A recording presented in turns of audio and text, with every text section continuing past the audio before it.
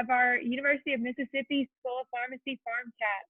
Today, I have Dr. Ann Franklin with us, who is a pharmacist in the Mississippi Delta, and also Avery Claire Jones, who is one of our pharmacy students. So, Dr. Franklin, if you want to tell us a little bit about yourself, kind of your background, when you graduated, all of that fun stuff, and what you do now. And then Avery Claire is going to ask you some of pharmacy-specific questions. Of course. Right now, I'm a pharmacy manager at Walgreens in Cleveland, Mississippi. I was born and raised in the Mississippi Delta, so it was kind of my goal in pharmacy school to make it back here and serve my family and friends in the community that raised me, which most people from the Delta are trying to get out, but I knew I wanted to come back. And I have a unique situation in that my class was the last class that had this 6-year program. So be jealous if you want, but so I went to community college. I went to Mississippi Delta Community College for my first 2 years, and then straight to Ole Miss for my first year as a PY1, which back then that meant I just went P1 through P4. I know it's a little different now. But I did that, and now I'm back here in the Delta. I started this job as an intern. I graduated in 2012, but I started at my actual pharmacy. I'm still here in 2011 as an intern, and then in 2012 as a staff pharmacist. And then in 2014, I was given another unique opportunity. The Delta presents those, small world, but my manager decided, and my mentor, she decided that she wanted to step down and go part-time. So we swapped roles, and I took her place as manager, and she took my place as staff. So we are still in that current situation 6, almost 7 years later. Okay, so the next question is, how did you decide that you wanted to pursue a career in retail pharmacy?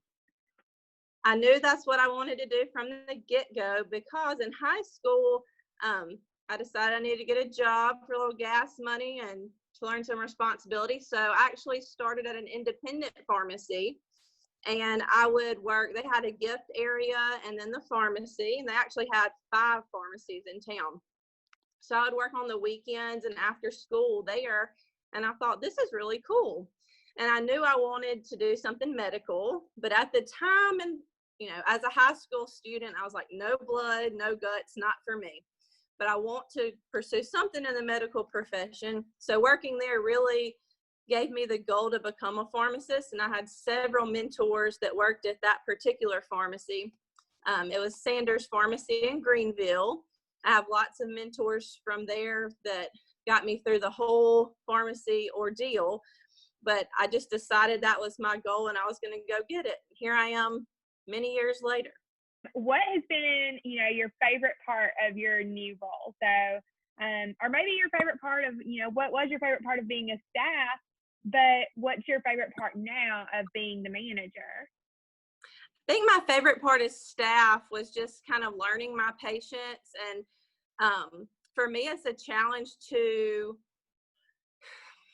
okay, so let's just get real for a moment. When you first get out of pharmacy school and become a pharmacist, you are ready to save the world, and you walk in for your first day and you're so excited, and your patients are going to come because you look a little young and say, I need to speak to the real druggist, or I need to speak to the real pharmacist. And you're just like, well, that was a buzzkill. But you then have this challenge to these same patients that at first weren't, they were kind of unsure about you, to meet with them every single month, talk to them about their medications, about their family, about whatever's going on in their life and in our community, and earn their trust. And that was my favorite part about my first few years, was just accepting that challenge and going forth with trying to be like, I want them to ask for Ann Franklin when they walk in the door. If they have poison ivy because they've been working in the garden, I want them to come and I want them to say, I need to speak to Ann. She knows what to give me. When they get what we call the Delta crud and their sinus infection, I want them to come to me and say, where's Ann? She knows what medicine to give me to make me feel better. And I feel like that was the challenge and the fun part of the first few years, was watching those same people who originally had come and said, I need the real pharmacist, then come and ask for me by name. And it was, so rewarding at the same time to be able to help them and use the knowledge that I had learned about over-the-counter products, or sometimes about, any health condition, any vaccine. Sometimes I like that challenge with vaccines, because pharmacists now have this amazing opportunity for wellness, to prevent illness. And we can actually talk these people into getting vaccines to protect themselves when they might not have trusted someone else to tell them to get a vaccine. They might have never had a flu shot their entire life, or might have never thought about getting a shingles vaccine or pneumonia vaccine. And we have the unique opportunity as pharmacists to talk to them and change their minds about things that are, that are good for them, but they just might have other ideas about. So as a staff pharmacist, those were my favorite things. As a pharmacy manager, I have two favorite things. The first thing is outreach into the community for clinics. So I love community outreach and community service. It's one of my passions. So when flu season rolls around, I love to get out in the community. I will go anywhere. I will come to your church. I will come to your school. I will come to whatever community event or organization that gives me a platform to talk about health and about vaccinations and provide those vaccinations. I also enjoy doing other health services like blood pressure testing. I'm the poison control lady around the Delta. I like to go into the schools, the elementary schools, and talk to the kids about poison control. And I like to teach them what a pharmacist does too, especially young women, because pharmacy is such a great profession, but it's really a great profession for women. I think we've kind of evolved with that over the last decade or so, where we do have a lot more women going to pharmacy school. But as a young mother and a young woman, I really like to advocate to young girls who are interested in science and math that pharmacy is a great profession and that they could pursue it and can do it. So as a manager, I like to do some of those things in the community, and then also just help my staff, help develop my staff, help support pharmacy technicians, which technicians are the backbone to any pharmacist. I think most pharmacists would tell you that. Without our good pharmacy technicians, we are nothing. So I really like to help develop their skills and help them with the confidence and training that they need to be good pharmacy technicians. So as a manager on this role, I still get to do my staff role, which I always love, but I also get the other side to kind of reach out and do a couple of other things that I might not have done before. So why do you think it's such a good occupation for women? You talked about that. Yeah, because so things you don't think about in pharmacy school, but you should. This is the part where I tell you things they don't tell you. Is you're not going to have your holidays and your nights and your weekends free. But all healthcare is like that. Hospitals don't close. I mean, pharmacies don't close for the most part, but you also have your days off from work and other days. You can raise a family. Like, for instance, I work some night shifts and some morning shifts. So in the morning shift, I have the freedom to get off early and go pick up my kids from school. Or when I work the night shift, I have the morning to go run errands or do community service or go to the grocery store, spend time with my children before they go to daycare or when it's the summer. Whereas if I was working an 8 to 5 job, I wouldn't have that freedom. So the things they don't tell you are the place you work is probably never going to close. It's going to be a 365, job. But what they also don't tell you is being open all the time provides some flexibility. So I think that for women, it's a wonderful thing or even for single women. I did not have children for the first 5 years of my practice. And I was able to still have a great life with some freedom before I started my family, but as a woman, it really is a great profession. Thanks for touching on that. That's really encouraging to hear. Yeah. But what does your day-to-day work schedule and life look like? Well, the thing about pharmacy is you never have 2 days that are the same. So today I have dealt with, of course, coronavirus. That's a pretty hot topic right now. I have also counseled on STDs, on blood pressure. We've done medication therapy management today through a comprehensive medication review where we were able to recommend some action plan items to a patient who's, she really is polypharmacy at its finest. We've also, what else have I encountered just today, my 8 hours? Plenty more than that, but anyway, you get to talk to so many people about so many different things that it's never the same. A lot of people think it's monotonous when I explain my job and I talk about, right drug, right dose to the right person at the right time, and verifying prescription data entry and making sure that the right prescription gets to the right person. When you hear it like that, you're like, man, that's an easy job. That's pretty monotonous. But then you add in immunizations and medication therapy management and consultations and all of the other facets of our practice. It really makes it where it doesn't, every day is a new adventure. You get to do something different every single day. And that's why I enjoy my job. It's never boring, 100% never boring. How has COVID-19 affected your work and your schedule and your family life?